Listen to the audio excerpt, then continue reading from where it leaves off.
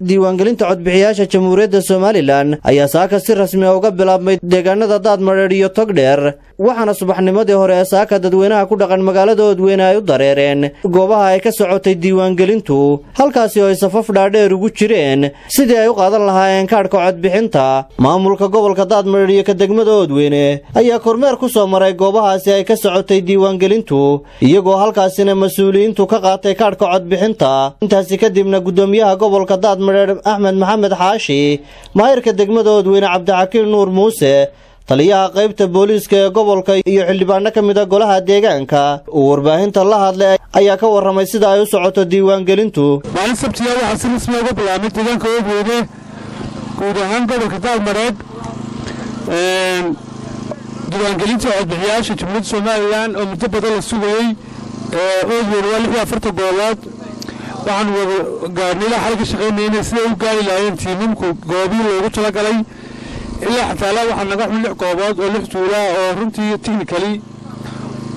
u yara fadhistay laakiin shaqaaluhu ku sii socdaan tuulo kasta codkay keentay gobolka iyo degmada wax ku siinaya dhammaan goobaha ay gobolka ka jira oo tiradooda dhan tahay 46 si nabadgelyo bay ku soo xaroodeen ونبتقلي إن شاء الله سنة بتقلي أبي نقول ما أنت diiwaangelinta codbixiyaasha sida nabadgelyo ay ku bilaabatay insha Allah sida nabadgelyo ay ku dhamaan doontaa iladaha yaryar ee farsamo dhowr goobood oo naga yara fadhiistay waa loo gurmaday insha Allah iladahana waa laga saari doonaa wax dhibaato oo gobolka ka jiraana ma jiro dhammaan dadku inay u dareeraan goobaha diiwaangelinta inta timidna way joogtaa inta kalena hore hawl timaadaan oran lahaa waxaan dadka ku farayaa inay dadku gobolka Daadmareer u jooga ay diiwaangeliyaan dhammaan inay diiwaangeliyaan oo xiis ka saaraan oo qofku haddii aanu kaarka diiwaangelinta qaadan ma foodin karo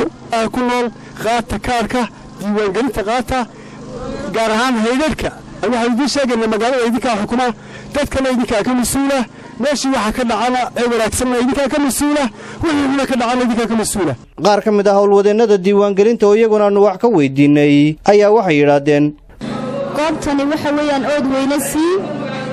hawshu waxay noo bilaabantay 6 iyo barkii subaxnimo ma sha Allah wax arqaladina galmay horimanin si wacan ba shaqadu noogu socotaa alxamdulillah degmada Oodweyne aad bay noola shaqaysay si wacan bay noo soo dhaweysay aad iyo aad bay u mahadsan yihiin Muuse Salebaan Maxamed telefishinka qaranka Somaliland magaalada Oodweyne